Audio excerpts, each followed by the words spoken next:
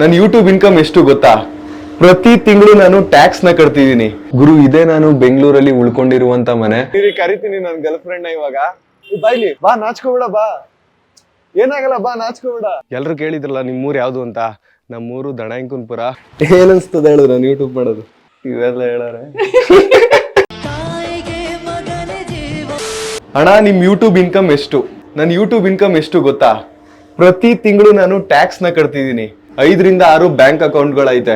ಅದ್ರಲ್ಲಿ ಇದೊಂದು ಬ್ಯಾಂಕು. ಈ ATM ಅಂತೂ ನಾನೇ ಇಟ್ಕೊಂಡ್ಬಿಟ್ಟಿದೀನಿ. ಇವಾಗ 2 ಲಕ್ಷ ತಗೋಗೋಣ ಅಂತ ಬಂದಿದ್ದೀನಿ. ಇವಾಗ ಡ್ರಾ ಮಾಡ್ಕೋತೀನಿ ರೀ. ಇದೆಲ್ಲ ನಿಮ್ ಕಲ್ಪನೆ.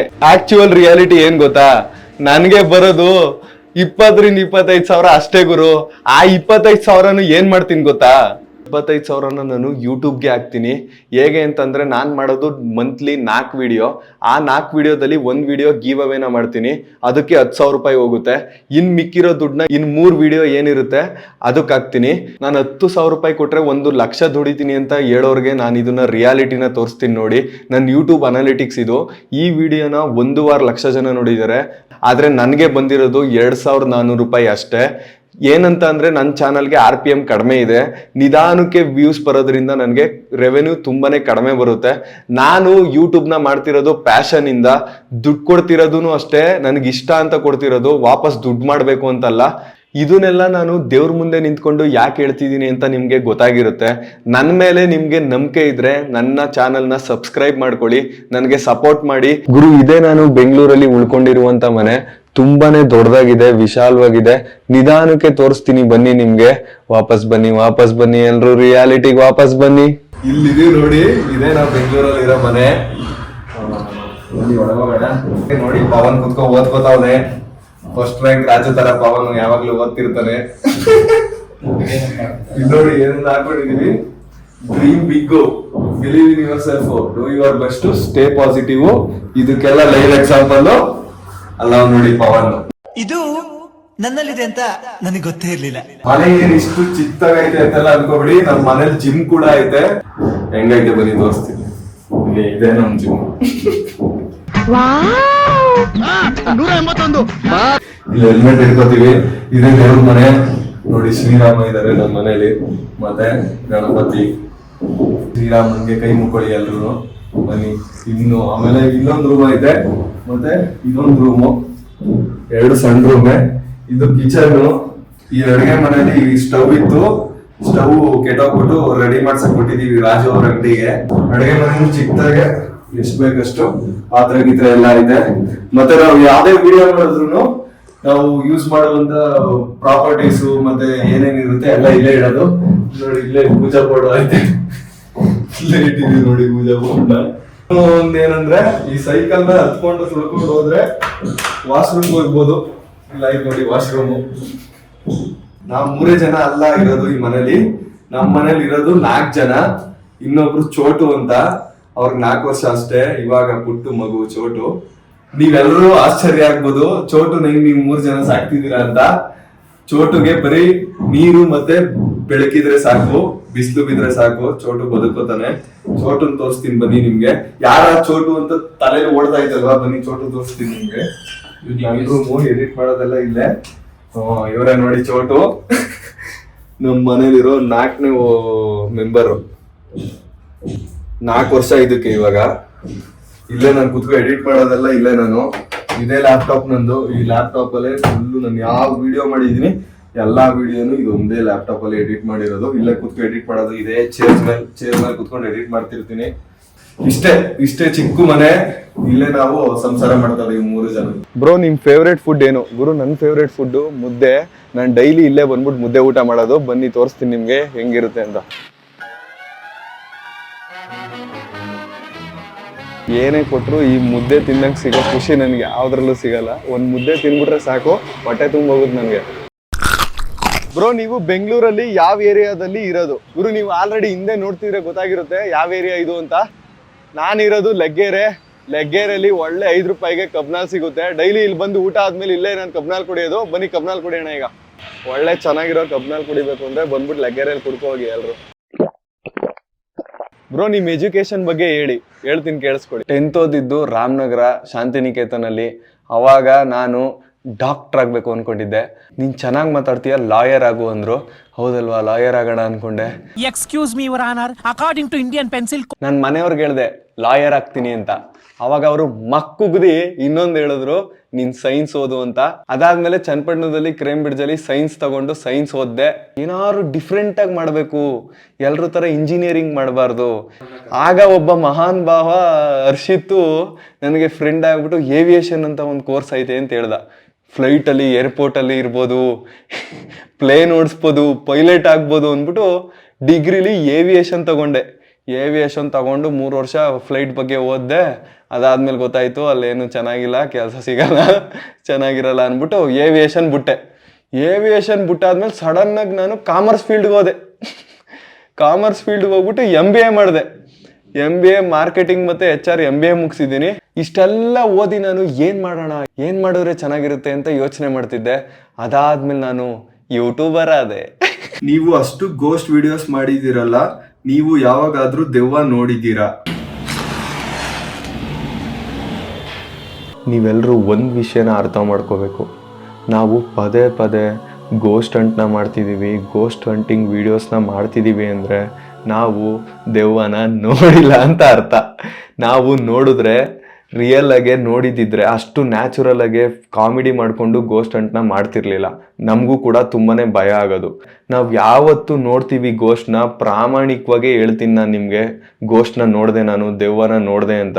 ಅಲ್ಲಿವರೆಗೂ ಈಗ ನಾವೇನು ಮಾಡ್ತಿದ್ದೀವಿ ಅದನ್ನೇ ಕಂಟಿನ್ಯೂ ಮಾಡ್ತಾ ಹೋಗ್ತೀವಿ. ನಾವು ಯಾವುದೇ ಕಾರಣಕ್ಕೂ ಫೇಕಾಗೆ ನಿಮಗೆ ಗೋಸ್ಟ್ನ ತೋರಿಸಲ್ಲ. ಏನು ರಿಯಾಲಿಟಿಯಾಗಿ ನಡೆದಿರುತ್ತೆ ಅದನ್ನೇ ನಾನು ನಿಮಗೆ ತೋರಿಸ್ತಾ ಹೋಗ್ತೀನಿ. ಬ್ರೋ, ನಿಮ್ ಗರ್ಲ್ ಫ್ರೆಂಡ್ನ ತೋರಿಸಿ. ನಾನು ಮತ್ತೆ ನನ್ನ ಗರ್ಲ್ ಫ್ರೆಂಡ್ ಬಂದಿದೀವಿ, ಇವಾಗ ಮದುವೆ ಮಾಡ್ಕೋತಿದೀನಿ ಅವಳನ್ನ. ಸೊ ಅದಕ್ಕೆ ಕಲ್ಯಾಣ ಮಂಟಪ ಮುಂದೆ ಇದೀನಿ. ಇವಾಗ ಹೋಗ್ಬಿಟ್ಟು ಬುಕಿಂಗ್ ಮಾಡಬೇಕು. ಬುಕಿಂಗ್ ಮಾಡಕ್ಕೋಸ್ಕರನೇ ಬಂದಿದೀನಿ. ಇಲ್ಲೇ ನಿಲ್ಸಿದೀನಿ, ರೀ ಕರಿತೀನಿ ನನ್ನ ಗರ್ಲ್ ಫ್ರೆಂಡ್ನ. ಇವಾಗ ಬಾಯ್ಲಿ ಬಾ, ನಾಚ್ಕೋಬೇಡ, ಬಾ, ಏನಾಗಲ್ಲ, ಬಾ, ನಾಚ್ಕೋಬೇಡ. ಆಕ್ಚುಲಿ ಏನಂದ್ರೆ ಯಾರು ಬರಲ್ಲ, ಯಾಕಂದ್ರೆ ನಂಗೆ ಯಾರು ಗರ್ಲ್ ಫ್ರೆಂಡ್ ಇಲ್ಲ.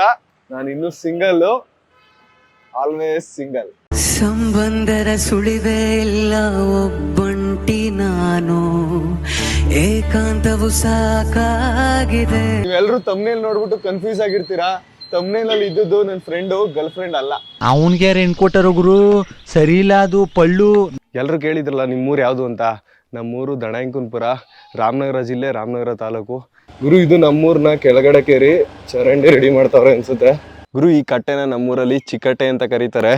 ಚಿಕ್ಕ ವಯಸ್ಸಲ್ಲಿ ಸ್ಕೂಲಲ್ಲಿ ಇದ್ದಾಗ ಕ್ಲೇ ಮಾಡ್ಲಿಂಗ್ ಮಾಡ್ತಿದ್ದೆ. ಆ ಟ್ಯಾಲೆಂಟು ಇತ್ತು ನನಗೆ. ಇಲ್ಲೇ ಮಣ್ಣೆತ್ಕೊಂಡು ಹೋಗ್ಬಿಟ್ಟು ಸ್ಕೂಲಲ್ಲಿ ಕ್ಲೇ ಮಾಡ್ಲಿಂಗ್ ಎಲ್ಲ ಮಾಡಿ ಪ್ರೈಸ್ ಎಲ್ಲ ಗೆದ್ದಿದ್ದೀನಿ ನಾನು. ನೋಡಿ, ನಮ್ಮೂರಿಗೆ ಬಸ್ಸು ಬರ್ತದೆ, KSRTC. ಅವಾಗ ನಾನು ಇದೇ ಬಸ್ಸಲ್ಲಿ ಕುತ್ಕೊಂಡು ಹೋಗ್ತಿದ್ದದ್ದು. ಸ್ಕೂಲಿಂದ ಕಾಲೇಜು ಎಲ್ಲ ನಾನು ಇದೇ ಬಸ್ಸಲ್ಲಿ ಬರ್ತಿದ್ದೆ. ಅವಾಗ ನಮ್ಮ ಅಪ್ಪನ ಗಾಡಿ ಇಲ್ಲೇ ನಿಂತೈತೆ ನೋಡಿ, ಪ್ಯಾಷನ್ ಪ್ರೋ. ಹೊರಗಡೆಯಿಂದ ನೋಡ್ಕೊಳ್ಳಿ ನಮ್ಮ ಮನೇನ, ಇದೇ ನಮ್ಮ ಮನೆ.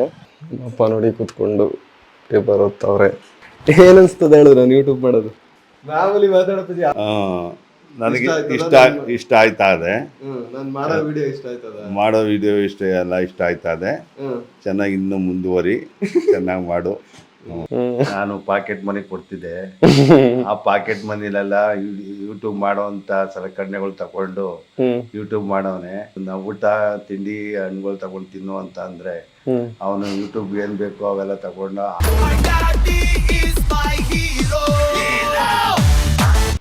ಹಿಡ್ಕೋಬೇಕಾ? ಹಂಗೆ ಹಿಡ್ಕೊ, ಎಲ್ಲಾರು ಹಿಡ್ಕೊ ಹಂಗೆ. ಏನ್ ಅನ್ಸ್ತದೆ ಹೇಳ ನಾನು ಯೂಟ್ಯೂಬ್ ಮಾಡೋದು? ಖುಷಿ ಆಯ್ತದೆ. ಇಲ್ಲಿ ನೋಡ್ಕೊ ಮಾತಾಡೋ. ಖುಷಿ ಆಯ್ತದೆ.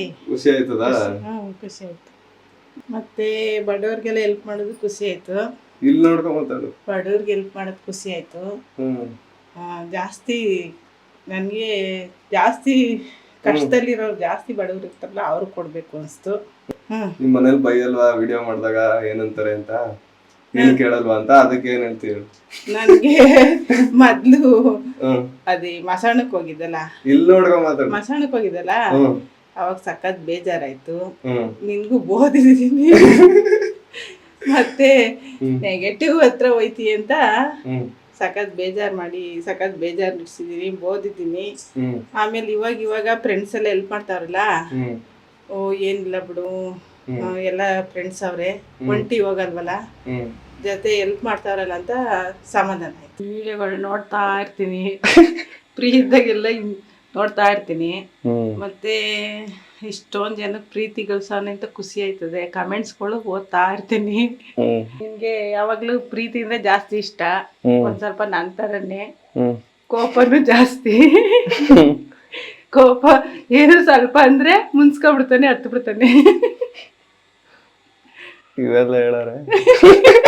ತಾಯಿಗೆ ಮಗನ ಜೀವ, ಆ ಮಗನಿಗೆ ತಾಯಿ ದೈವ. ಹಾಕ್ಬಾರ್ದನ್ನ. ಇಲ್ಲ ಇಲ್ಲ ಆಮೇಲೆ ಏನೇನು ಹಾಕ್ಬಿಡಕಣಪ್ಪ. ಇಲ್ಲ ಕಣೆ ಹೇಳು. ಮಿಕ್ಸಕ್ಕೊಂದು ಮಾಡಿದಾಗ ಜೀವ ಡಮ್ ಅನ್ಬಿಡ್ತು. ಪೋಸ್ ಹಾಕಿದ್ದಲ್ಲ, ಹ್ಮ್ ಅಯ್ಯಪ್ಪ ಏನು ಅಂತ.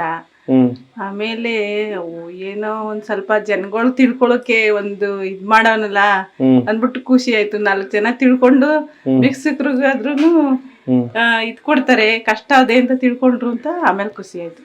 ನನ್ನ ಮಗನ್ಗೆಲ್ಲ ಸಬ್ಸ್ಕ್ರೈಬ್ ಮಾಡಿ, ನನ್ನ ಮಗನ್ಗೆ ಪ್ರೀತಿ ಕೊಡಿ ಎಲ್ಲಾರ್ದು ಅಂತ ಹೇಳ್ತೀನಿ. ಸರಿ ಆಯ್ತು. ಇದು ಅಡುಗೆ ಮನೆ, ಇಲ್ಲೊಂದು ರೂಮ್ ಐತೆ, ಇದು ದೇವ್ರ ಮನೆ, ಇದು ಹಾಲಲ್ಲಿ ನೋಡಿ ಶೋಕೇಸು ಮತ್ತು ಟಿ ವಿ. ಇದು ನನ್ನ ರೂಮು. ಇಲ್ಲಿ ನೋಡಿ ಗೋಪುರ ಎಲ್ಲ ಇಟ್ಟಿದ್ದೀನಿ. ಹಿಂದೆಗಡೆ ತೋರಿಸ್ತೀನಿ ಬನ್ನಿ ನಮ್ಮ ಮನೇನ. ಇಲ್ಲಿ ನೋಡಿ, ಇದು ಹಿಂದೆಗಡೆ, ಅಲ್ಲಿವರೆಗೂ ಮೋಲ್ಡು, ಇಲ್ಲಿ ಸೀಟ್ ಐತೆ ಹಿಂದೆಗಡೆ. ಮೇಲ್ಗಡೆ ಎಲ್ಲ ಫುಲ್ಲು ಲಗೇಜು, ಚೀಲ, ಅದು ಇದು ಎಲ್ಲ ಇಲ್ಲಿ ಇಟ್ಟಿರೋದು. ನಮ್ಮ ಮನೇಲಿ ಇವಾಗ್ಲೂ ನಾವು ಸೌದೆ ಒಲೆಲ್ಲೇ ನೀರು ಕಾಯಿಸೋದು, ಸ್ನಾನ ಮಾಡೋದು ಎಲ್ಲ. ಗೀಜರು ಸೋಲರು ಏನೂ ಇಲ್ಲ. ಇವಾಗಲೂ ಇದೇ ಅಂಡೆ.